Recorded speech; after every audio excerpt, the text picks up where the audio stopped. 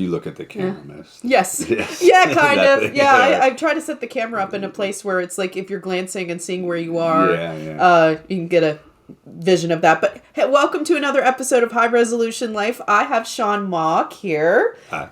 You might have seen him at our local open mics, and he's been upright bass goofin. Took that from my buddy Kevin, who is part of the Black Valley band. So big bass goofin is always if you met Kevin, yes, he calls it big bass goofin. That's good. I like that. So you might have seen. I might have to steal it. Oh, absolutely. Just a little trademark from Kevin.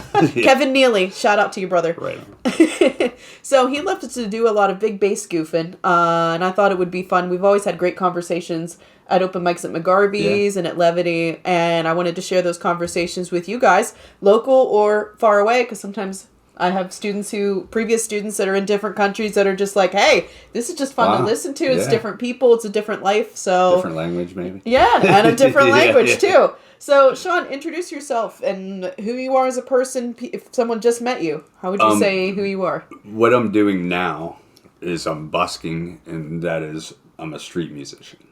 Street musician. Yeah. Street Who cred. I am, I mean, that's... Yeah, I don't even know. That's existential. Where do we start? That one's existential. Don't ask anybody else that question. No. You can be many things to many people. But what I'm trying to do, it's a whole bigger picture, even probably than you know. So I've been a non-alcoholic for 4 years now. Nice. A little over 4 years. Nice. Yeah. And I do cheat because I smoke a ton of weed. And sorry, it's legal. It's medicinal. There's nothing wrong with that. I'm like a potato with anything like that. It's just other people, zoom, they're good with. You're just poop. Completely different. It depends on everybody's body chemistry. I'm more of a wino. Not as much as I used to be because I'm training at the gym. Yeah, almost every day. That'll catch up to you. Yeah, it'll catch up. But good for you. Age, but I don't not condone drinking. Everybody have fun just because I couldn't handle it. It's not everybody else's fault. Good for you. I'm glad to hear that. I have a great open mind about it. That's awesome. But the bigger picture is I want to retire in like 5 years. I'd like to. I'm going to be 53 this year. And I can collect my pension stuff in like 59 and a half-ish. So I have like a 5-ish year window, Nice. 5-6 year window where I'd like to not do manual labor anymore. Like I did my normal job for 25 years, and this would be after another 5, 30. But I want to travel around, and something that's missing at such as the open mics that we go to is there's not a lot of people playing together. It's all about the musician, the person. When I was growing up, it was more everybody came and then they switched players and everybody jammed together. Yeah. Like an all-night thing.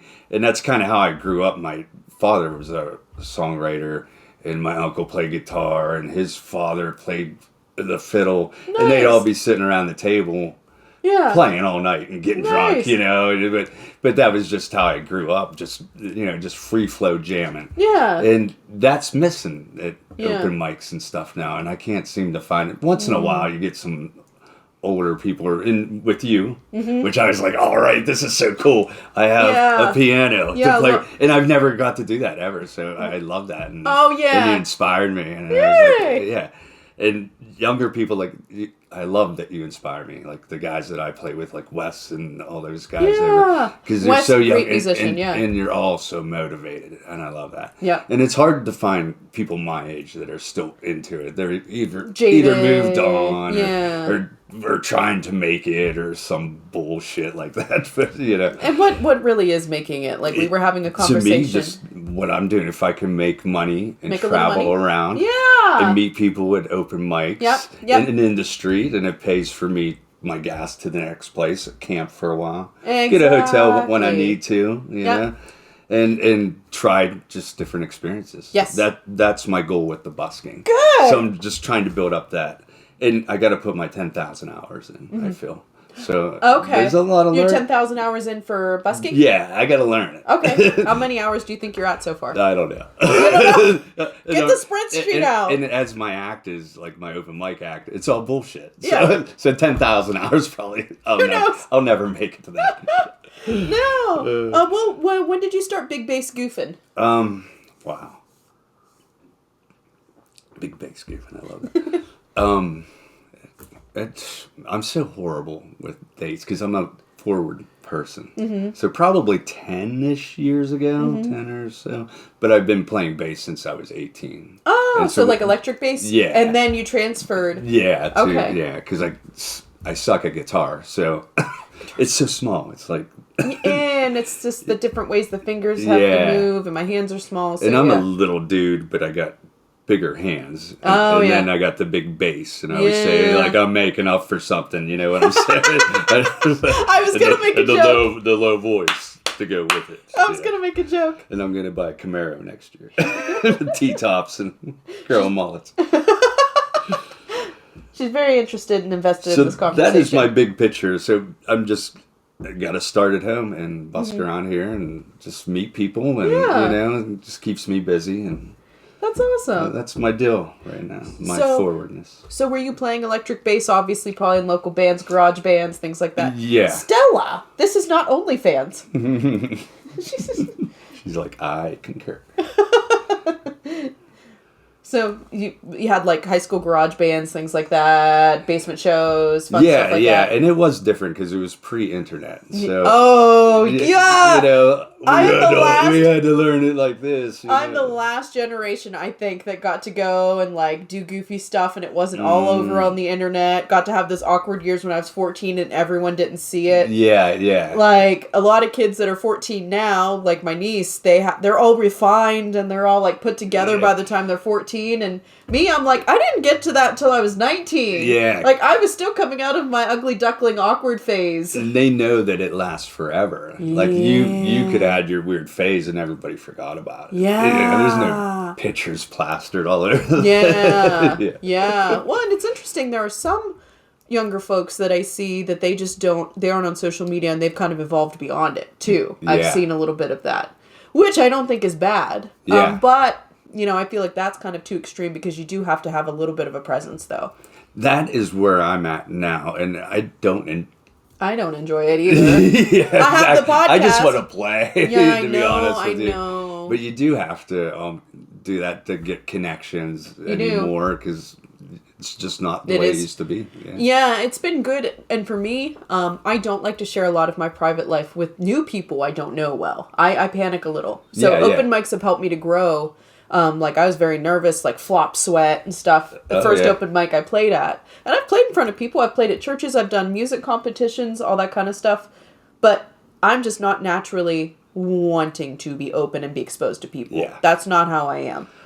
I'm naturally shy. I have been all my life. That's how I am. And I was the bass player. I never had to do anything. And I played piano. Just stood there and hid behind the bass. Everybody else did everything. Yeah. And I played in one band a very long time, like 15 years or so, and really didn't evolve because I didn't have to. You know what I mean? And we were playing cover music, so I didn't really grow too much. Yeah. And I was having too much fun being drunk and just partying. Hey, you had fun at least. Yeah, exactly. It's fun. But then when I sobered up, I felt like I owe music. You know, I owe music. It's always been there for me. And it's helped me out through everything. And so now I'm diving back in head first, you know. So what do you feel? Is there a difference between... doing it on my own. Doing it on your own. Okay, the biggest thing. Yeah, because I haven't done that. So, and you actually inspired me because we played... and then you didn't show up with your piano the one week. And I was like... sorry. Oh, what am I going to do? Because I felt that my street busking did not fit at open mic. Yeah. Just getting up there and slapping my bass, big bass. Big bass goofing. All over I gotta make that a sticker, and it's Kevin Neely, big bass goofing, Kevin Neely. To me, it's boring. It's good. It's made for busking. People walk past you, and some people will stop for a while if they get a little into it, you know.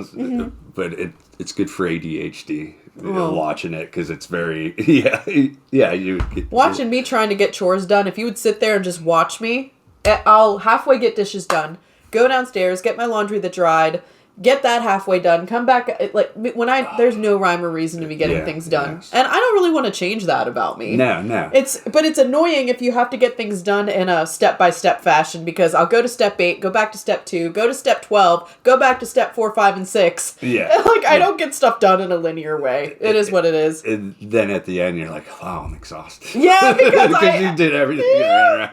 It's kind of how I live my life a little bit. I'll go forward to this, go back to this, forward to this, go back to this. But going back though to that, doing it by yourself. Yeah. Like so then I was like, well, I got to get up there and do something different. So I started doing shtick. I've noticed that. Shtick coma. Yeah. I'll put you in a shtick coma. Okay, a shtick coma. Why? Because it's so boring and shticky. Oh. It's such BS. But it's entertaining, and it seems like it works. Yeah. And I can just get up there and wing it, and it makes it better. It's something to do over the winter. But you had inspired me because I had to get up, and I was like, I got to do something on my own. Yeah. Yeah, I can't just rely on other musicians all the time. Yeah. And I was relying on other guys around me, like trying to get into bands. It's like sometimes you just got to do your own shit. Yeah. Yeah. That's what's hard with bass. Well, and you were adding the harmonica. Yeah. Now I'm always adding something. Adding an extra it's climbing. Yeah, it's moving forward. That's great. What would you say is different from the time when you first started playing bass, like in bands? What was your motivation, and what is different? Like, when did want to meet chicks? Well, hello. It's the best story ever. I was 13 years old, and I'm from Johnstown, and I went to the Cambria County War Memorial. Okay. My mom let me go with the neighbor kid. He was a little slower, but he was older, so he could take care of me, and everything was going to be fine. Looked after you, yeah. And it was probably like $8 or something to go, Yeah.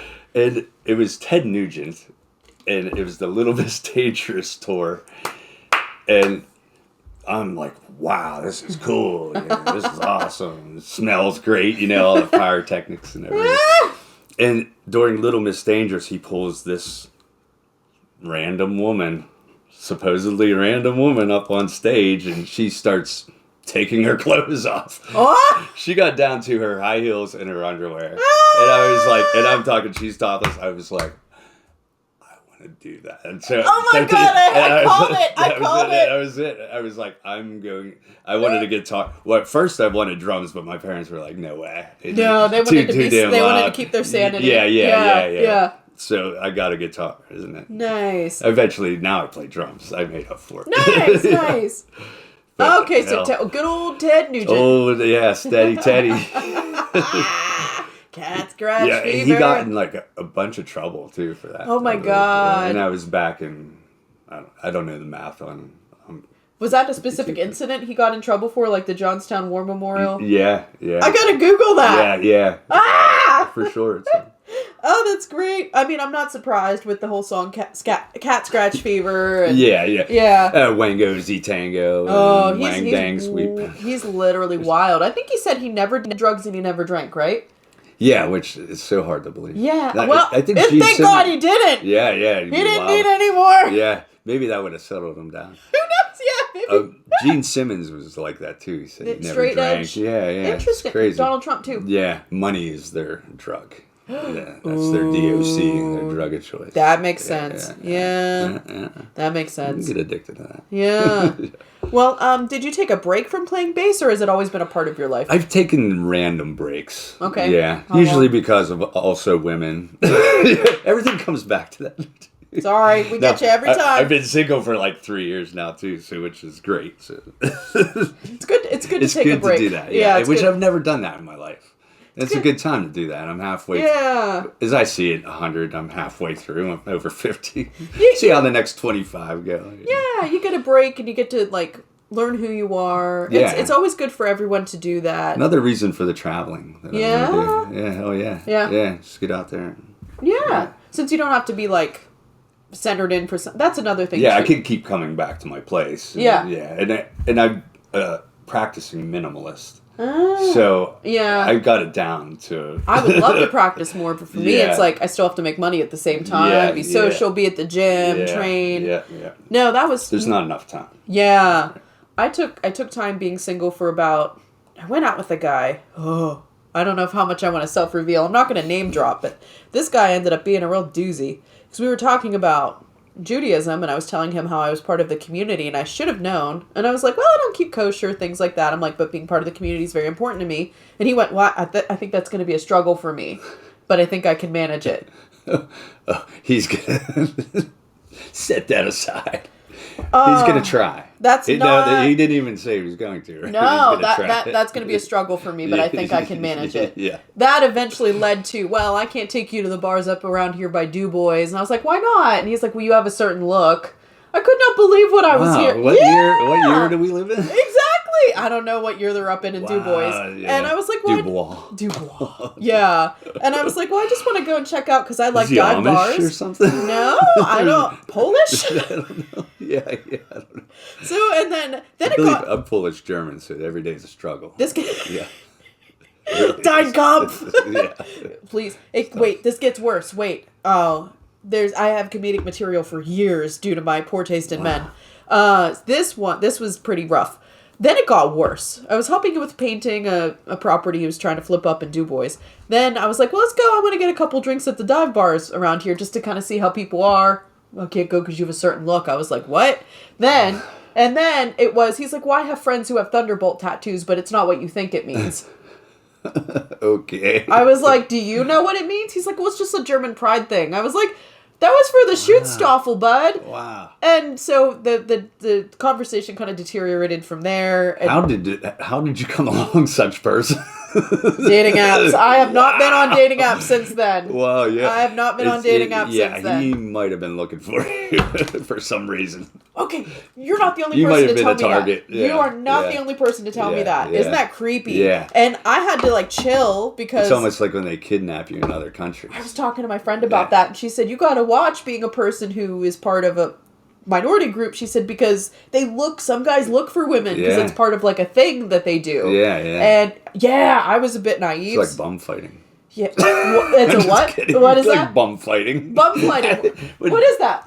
That was going on back in the 90s and stuff. I wasn't dating in the 90s. People were just beating people up like bums. Yeah. They called it bum fighting. Okay, bum fighting. It's like targeting a bum. Yeah. You know what I mean? Targeting just a specific anything. I took a break after that. And I was like, you know what? I'm just going to focus on jiu-jitsu.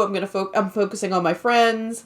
And I don't regret that time because I really learned a lot more about who I was, taking care of myself, rebuilding my self-esteem. So I don't really mind any dating experiences I had because I learned a lot about myself.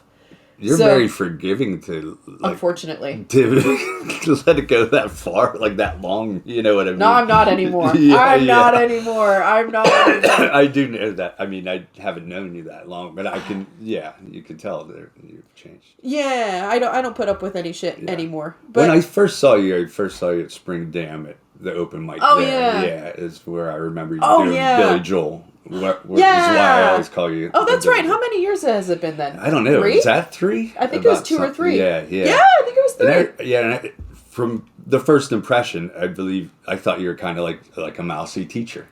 You know what I mean? FAFO was a phrase that was made for me. Yeah. Yeah.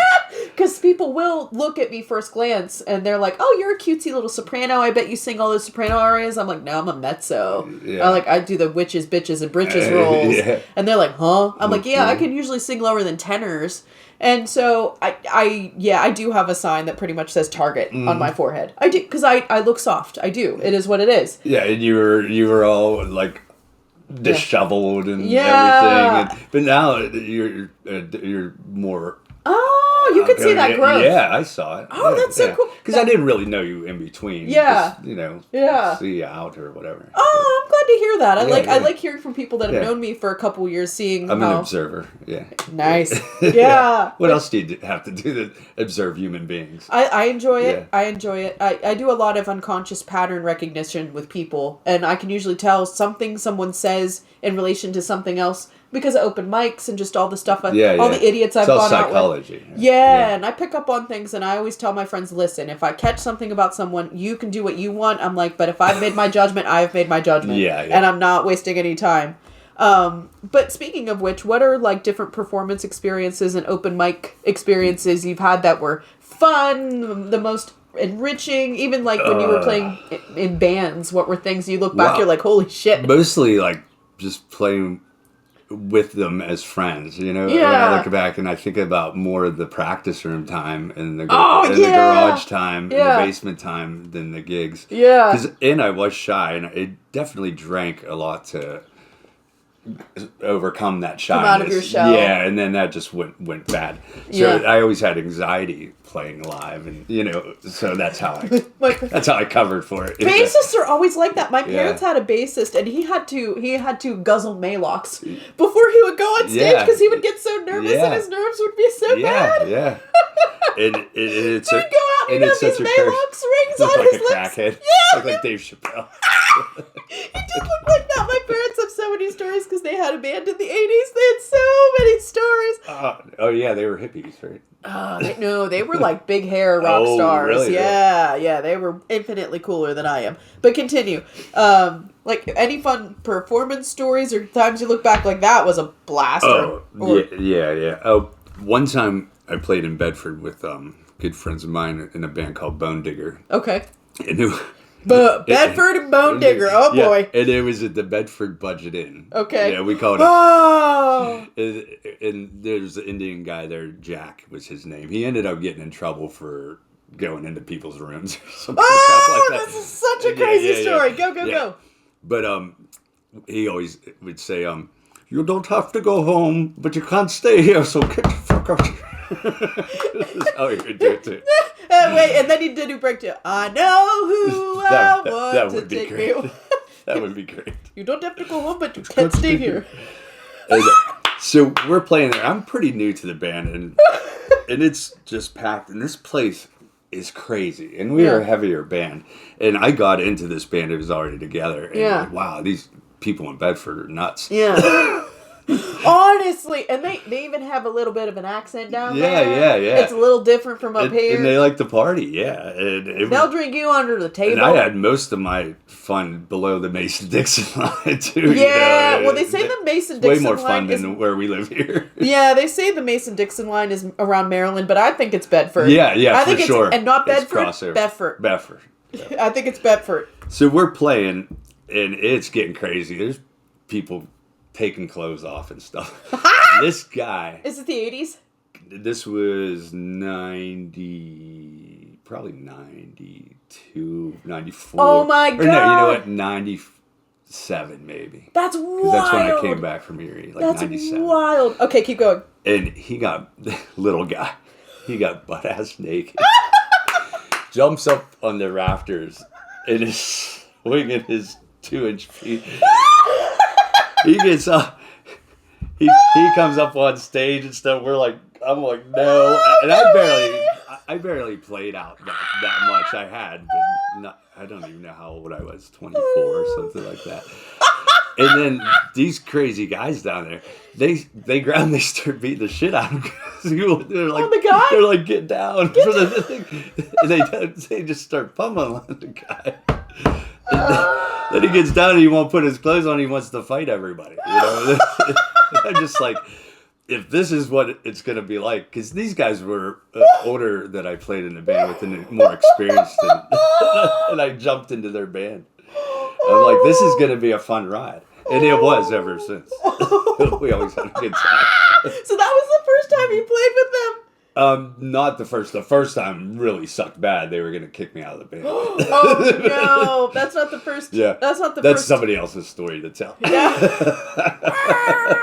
So this was the first time I was just like, wasn't ready. It was horrible. Oh, that is so funny. Yeah, my parents have a ton of funny stories like that. You really just do not hear the wild stories. Am I imagining that, or did people kind of calm down a little bit? I think with cameras, everybody's afraid to do stuff, and security, and insurance. That's true. I wonder, everything's so litigious, and everybody would like fight. Everybody was just fisticuffing all the time. Now you could go to jail. No, you get charged. Yeah, and get assault charges. Get sued, and whatever. I don't know if that's better or worse. I have no idea. I have no idea. I don't know. I don't have an ending. Maybe there's more martial arts now than there were.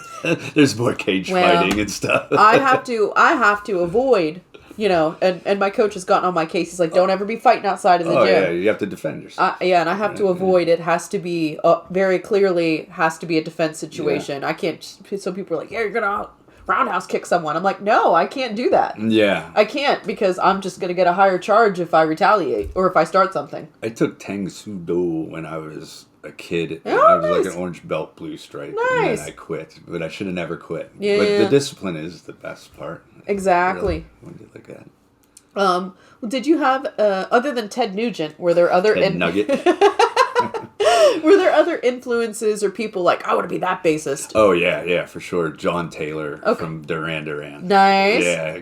Why is that? It makes me sick there. Like his thing is John Taylor Bass God on Facebook. Oh, really? Yeah. Oh, is that he has like a dash? I gotta look this up. That's his verified page. Let me look. So But it's so him, John Taylor Bass Bass God. God. I gotta look at this. And he is. I got Who? And what about it? It just basically him and Les Claypool. I like John Yeah! Taylor. Bass God. He just how melodic he is and where he just puts everything in and is popping. And that slapping. is really hard to accomplish melodic playing on bass. Yeah, exactly. Flea does it well too. Yeah. Oh yeah. Yeah. Oh, so would Flea also be an influence? Oh yeah, I'd say. Yeah. Fair show. So what what distinguishes him from what John Taylor does, or were they doing a bit of the same vein? I think not really. I think Flea's more of a speed player, and he didn't get real melodic till later. That Soul to Squeeze song, he's real melodic on. Yeah. But John Taylor, I think he's just born with it. One of those guys, Are there upright bass players that are influences? I don't know that many. That's what's crazy. Right? And I listen to some like that. John Carter, I think, is one. And, some random guys I hear like on Sirius. And I listen to jazz, but I don't know enough of it. There's so much of it. So it would be more of a jazz thing. Yeah. If it were upright, it'd be jazz more than rockabilly and stuff like that. Yeah. Well, wait, what are the different styles of bass playing that you're... I don't even know what style I am. I think I'm like a mixed genre. God, I don't know. I beat the crap out of it. I kick the shit out of it. I make love to it all in the same day. Is it like a... Because upright bass, there's like a rock element, right? Mostly jazz. Yeah, there's a rockabilly. Okay, and so that brings me to another question I had for you. You were involved. I'd seen you were working with the side piece. Yeah, the side piece. Yeah. So how did the upright bass work for that? That was my most favorite project I've ever done, because I got to play basically the drums on the bass with my leg and the way I slap it and stuff, and bass. Yeah. And we did punk music, but it was acoustic. Oh yeah, I remember that. So it was acoustic punk. The way Wes retold it and everything, it was hard to tell what it was, and then people would be like, "Oh, I know that song," and it was. It almost sounded original, like original music. I thought you guys were doing original music, funny. so I was. He had you for it. I remember that. No, that's awesome though. Because... But I blossomed just from playing because we practiced like 3 days a week. Yeah, that's awesome. I mean, those guys work really, really hard. Yeah, and it's hard to find that these days. So, yeah. It's hard, I think. We connected right away. Not like this, but that's awesome. So yeah, I guess maybe your style then would be eclectic, a bit. And are you looking? Yeah, because it's not really bluegrassy either. That's what I was looking at. Like, maybe a mix of everything. Maybe a little avant-garde type too. That's what I was like thinking. Like Primus, I love Les Claypool from Primus. He does a little bit of stuff like that. So, yeah. So are you looking to collaborate with people and be part of something if they're looking, or Yes, I'm looking for jobs and opportunities. Nice. That's another reason why I want to busk. Why I am busking. Yeah. Folks, you got a free agent bassist here. And I'd love to go back to playing my 5-string or slapping or doing some fretless stuff like electric bass. I found it more difficult as I'm older. I was playing cover songs for a lot of years. Yeah. And I had trouble faking it anymore. Like I was having a good time. You know what I mean? Okay. After you play the song, you're almost playing it more than what the real artist is probably playing their own song. Yeah. You're playing their song 5 days a week or 3 days, or, twice a weekend. Yeah, people don't want to do cover songs, but you have to put some in so people feel connected. Yeah. You have to. And it was all of them, so like I'm drawn more to original stuff or original ideas too. Like the side piece idea was masterful. Yeah. There's nobody got. Yeah. I mean, I didn't realize. I thought they were original. Yeah, it's whatever everybody said. Yeah. Which is all right. That's pretty Maybe cool. we were ahead of our time. Yeah. Let's see. So when you were playing upright bass, so we talked about electric bass. What are your a fun experience in Bedford? Yeah.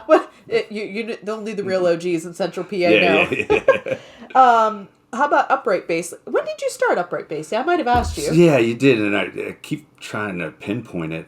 Probably a good 10 years ago. Okay, 10 years ago. Yeah, and what was your motivation to hop over? And you're primarily focusing on upright bass now, right? Yeah. I had one that was given to me by a band member friend of mine, Darren, and he got it from his school when it was this old metal bass. And I just I played around with it for a lot of years, but never really took it serious. And then I actually got one, a real one that could tune and sound good and all that, and it just kind of went into it. And I feel it was from my roots of like my father playing and my uncle and grandfather with the the fiddle around the table and just smoking and getting drunk and stuff.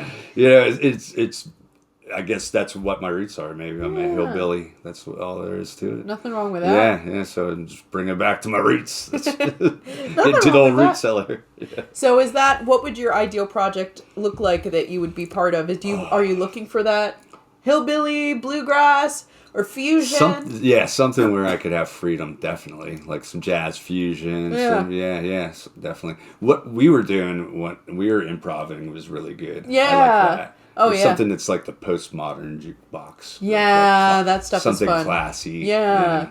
That's really fun. Yeah. So with the projects you had with the upright bass, does that change the kind of experiences you expose yourself to compared to electric bass? Yes. Yeah. When I busk, I crash a place is what I do. I just show up and act like I belong there. And I love doing it. Yeah. And I do pretty decent. People, I played at the Pawpaw Fest, and the mayor of Duncansville came up and thanked me for coming, and thought he was paying me to be there. And I was like, honestly, sir, I'm not supposed to be here. And he's like, hey, anybody asks you, just tell them.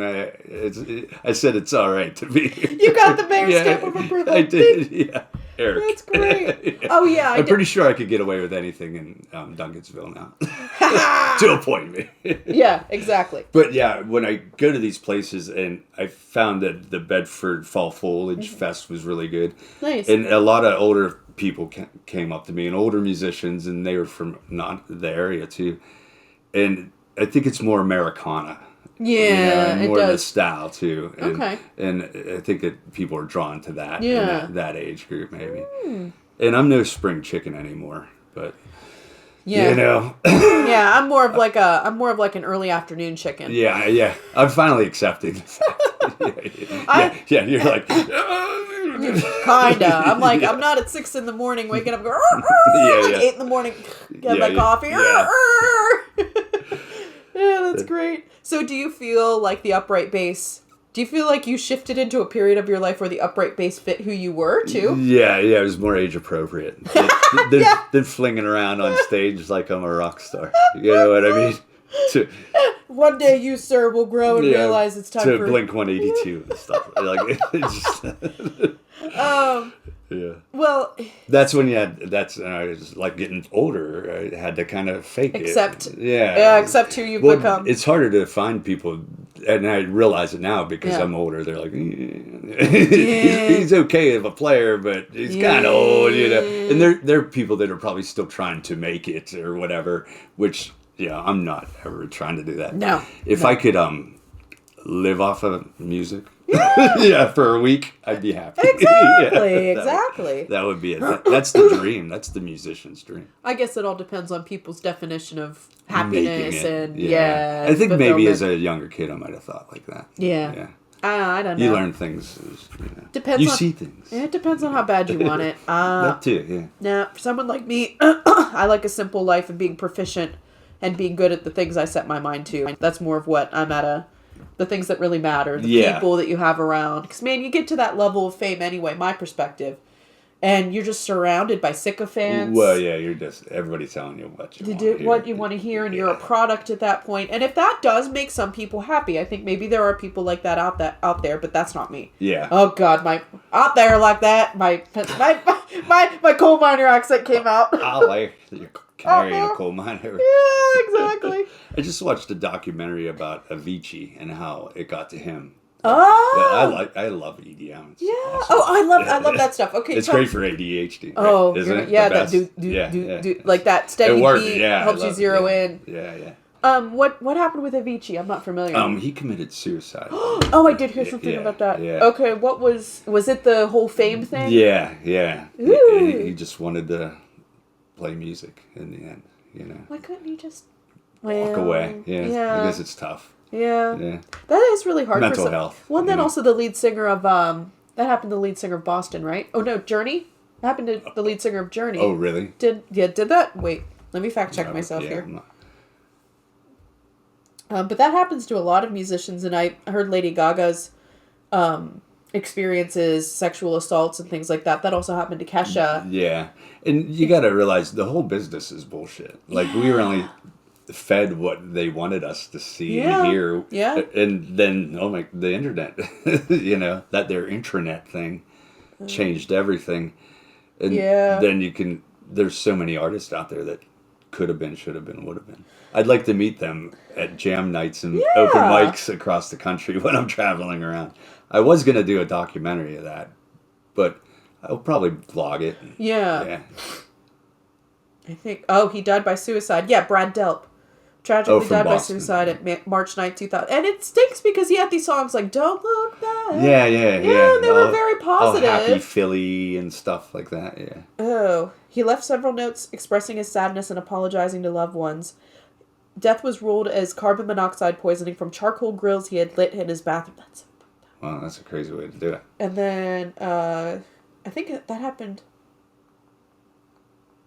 I can't remember. I feel like something similar happened in Journey. But I don't know if I'm correct. No members. Oh, the former drummer Steve Smith briefly left the band. Okay, no suicide-related incidents. Okay, so it was Boston. I mixed up Boston and Journey. Good coffee, by the way. Oh, glad you like it. It's a black silk Folgers. Oh, yeah. Nice, nice. I like dark coffee. Basic. Yeah, me too. Dark and Motor strong. oil. Yeah, that's right. And then there's this MCT oil creamer I use. It doesn't have sugar. I love coffee, but I was starting to get a little bit of a little fluff gain. I'm not a weight shamer, but I was gaining a little fluff from the sugary stuff. And as a competitive athlete, imposter syndrome each time I say that. Oh, yeah. Competitive athlete, me. And then I'm like... Where? Soft flex. Then I have the hardware to show it. And I'm like, oh, wait, I am a competitive... That's a gun for each one. Yeah. One for each gun. Yeah, there you go. But I have this MCT oil creamer. Let me see which one it is here. They're not sponsoring me, but if I shameless plug. Shameless plug. Yeah, if they find it, it's Superior Coffee Creamer. Very low calories. They don't fund me. They don't have nothing associated with me. I just drink this stuff. You drink it by itself. No. Do you ever see kids do it? I put it in my coffee because I wanted to still have a bit of that sweetness, but I didn't want the extra little fluff gain because I got to worry about that staying in my weight categories. Yeah. So that stuff is great, and the MCT oil actually does give you an energy boost, and it does, so you can have just a cup of coffee, have that MCT oil, and it gives you enough energy that you can burn off. You don't even have to have, a breakfast bar in the morning. Oh, that's good. You can go work out on that, and you'll have enough energy and fuel, so you're not getting that sugar rush from creamer. Yeah. But you get more of a black coffee protein. people, you guys are a whole different animal. Yeah. Black is bad. Oh, that's great. Oh, we got a guest. what kind of experiences have you had with the upright bass? Anything like that was fun or stood out to you that, I know us collaborating was a fun one, and people really enjoyed seeing that too. Yeah, I like that too. Yeah. What were other things? As far as the bass, I do have fun busking. One time I went to Cumberland. Yeah. And just went down to their canal place down there, and it's a nice little place. Everybody's eating outside. Yeah. And they're like a little, shops and stuff. And I was jamming out, and everybody's enjoying it. Everybody's outside. Yeah. I got some good tips, Good. which is good. But we're there, and this dog comes up. I have my money in a Crown Royal bag, and this dog comes up, and he snatches the bag. Oh, what did you do? He snatches it and takes it and runs back to his owner. It was only right across the street. I'm laughing. The whole place is going nuts. I was like, hey, if he didn't want to hear me anymore, he could have barked or said something. What kind of dog was it? I don't even. I mean, he was like a mix of nuts of some kind. Nothing that I could remember specifically. Oh, that's too funny. And then, it was great because then the owner, he brought it back. He just gave me a $10 tip. He's like, that was the best. And people were like, oh, we wish we would have had that on camera. That would have been so good. That would have been so nice to put on like a YouTube channel. Yeah. That would have been adorable. So I'm starting to film mine. You should. And then hopefully like something fun will happen. Yeah. I agree. I mean, I don't like having to put content up, but you have to. I've gotten students that way. Yeah. People have reached out to me about different events that way. So how did you deal with reconciling putting stuff online? How did you craft it? I'm doing that. What I did do last Saturday, I went to the Galleria Mall. Yeah. And I crashed that. Yes. Place. Yeah. Did they ask you to get a permit for anything like that? Or just ask for permission? No, I just showed up. As I always do.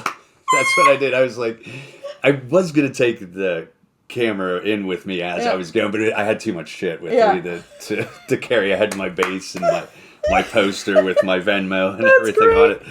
And so I just went up past the rope. Yeah. And they had this little lifted part with a fountain and a statue. That is so I just fun. started jamming. They have this corner place and they had people sitting there. That is so fun. And then they came and they started setting up a fence. Yeah. And then I was like, okay, I guess they're going to maybe fence me in here. Yeah. They were going to set up the Easter train or whatever. But okay. I never got kicked out. I sat there and played for an hour. I always wondered, because I know for an hour and I just rolled out. In New York, I know for doing busking, you have to get a permit. Some places you do. Yeah. Do we have anything like that around here? No, we don't have permits here. Bigger cities you have to check. Nashville, Pittsburgh, I went would to. you have to? No, I was fine in Pittsburgh. I went near the stadium and a police officer said you couldn't go in front of the hotel in the parking garage by Roberto Clemente's place or whatever. And he's like, he realized, he's like, that's a basis. He's like, you're not homeless. I was like, no, I'm just out here. Busking, having fun. And what I've learned is when you do places like that, because he's like, you can go down by the homeless people down there and stuff. But he was really cool. He goes, actually have a better chance over by the bars because you don't want to go by them and take away their money. That's something I've noticed. Cops are really cool after 2020. Yeah.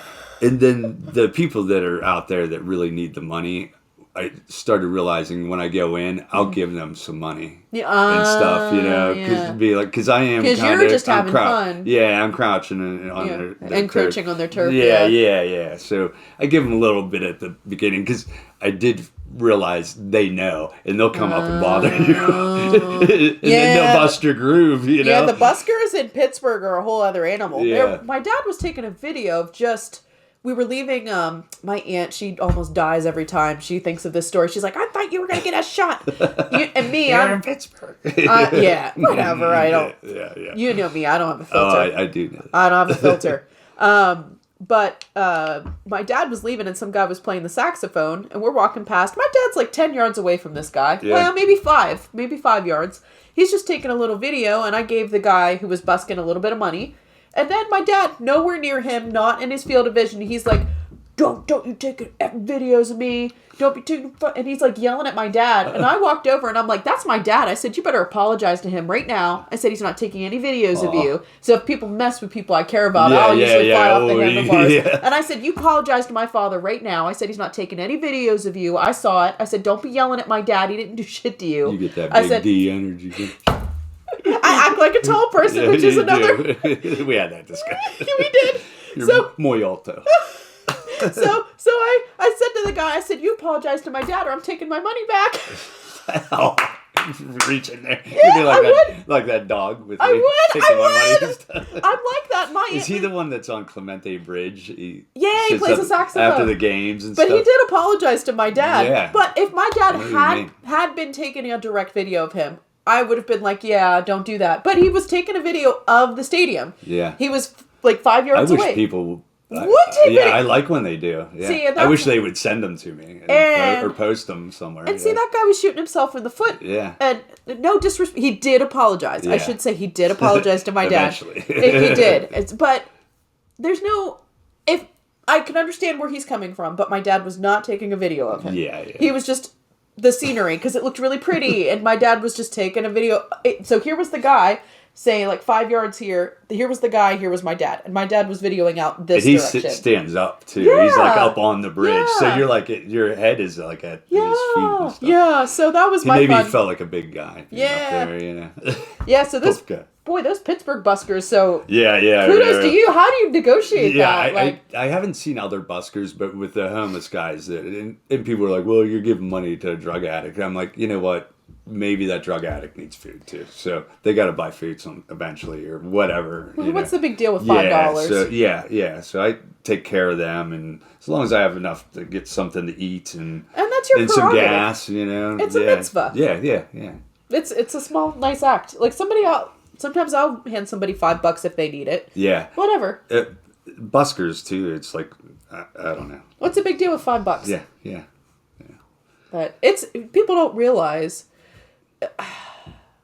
It's hard. I think I'm not trying to be like virtue signaling here, but people take for granted the amount of things that they need and the amount of support that they need to not be homeless. Yes. I am very grateful that I have parents that still help me out when I need it. I try to help them out when they need it. Yeah. You know, like we stand on the shoulders of giants. I know that's for science, but at the same reason, like you have parents, you have family that made sacrifices and... Yeah, I think it would be easy to be discouraged. Yeah. You know, like, you get stuck behind a certain... People lose so much of their social safety nets. Yeah. You know what I mean? Yeah. You don't realize how many people help you until one person in that pillar is gone. Yeah. You know? Yeah. So I'm not... There are some people like my neighbor. Well, I warned you about my neighbor. Yeah, didn't see him.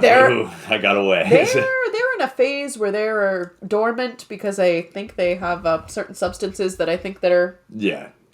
Keeping them... Yeah, you get it. Yeah. So there are people like that who are being menaces to other people, making destructive choices. So I think there's a distinction between homeless, you lost your safety net, and there's and you're down on your luck, and there's homeless, you did it to yourself. Yeah. And some prefer to be, you know. There's that. They do. And that's okay.